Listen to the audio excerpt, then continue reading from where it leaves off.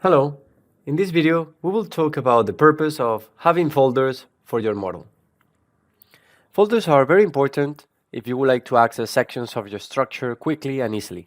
And you can also get a cleaner model when accessing the results. Let's start by creating some folders. If you go to the Folders tab here, if you don't have it active, you can always go to Window and make sure the Folders option is checked.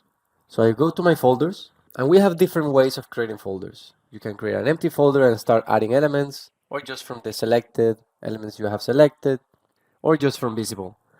Let's start by creating a new folders with rules. If you remember, if I click this option, we created some rules in a previous video when setting up our beam type elements, and you can create a folder by rule, let's say the beams, and you will have all the beams selected for your entire model.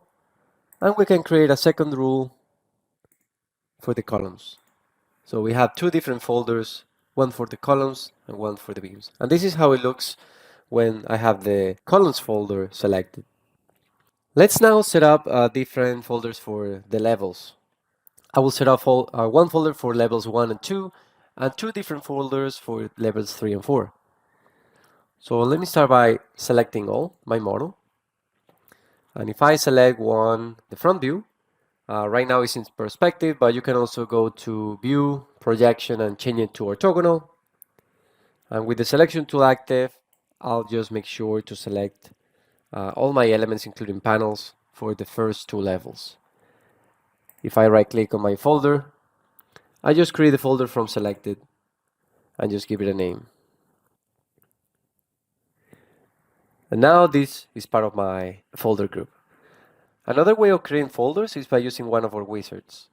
We have wizards for creating folders, and this works especially if your structure is constant in height. Remember, we have 7-meter high for these two levels, meaning that this is 3.5, 3.5, and then 3 meters, 3 meters. So if I go to run and decide to run the create floor folders wizard, you're able to include loads, and the start elevation will be 7 meters, since I'm starting from this point. The floor height will be 3 meters, is constant for these stories. Floor count, I just have 2 floors, and let's start with floor number 3, because I already have 1 and 2.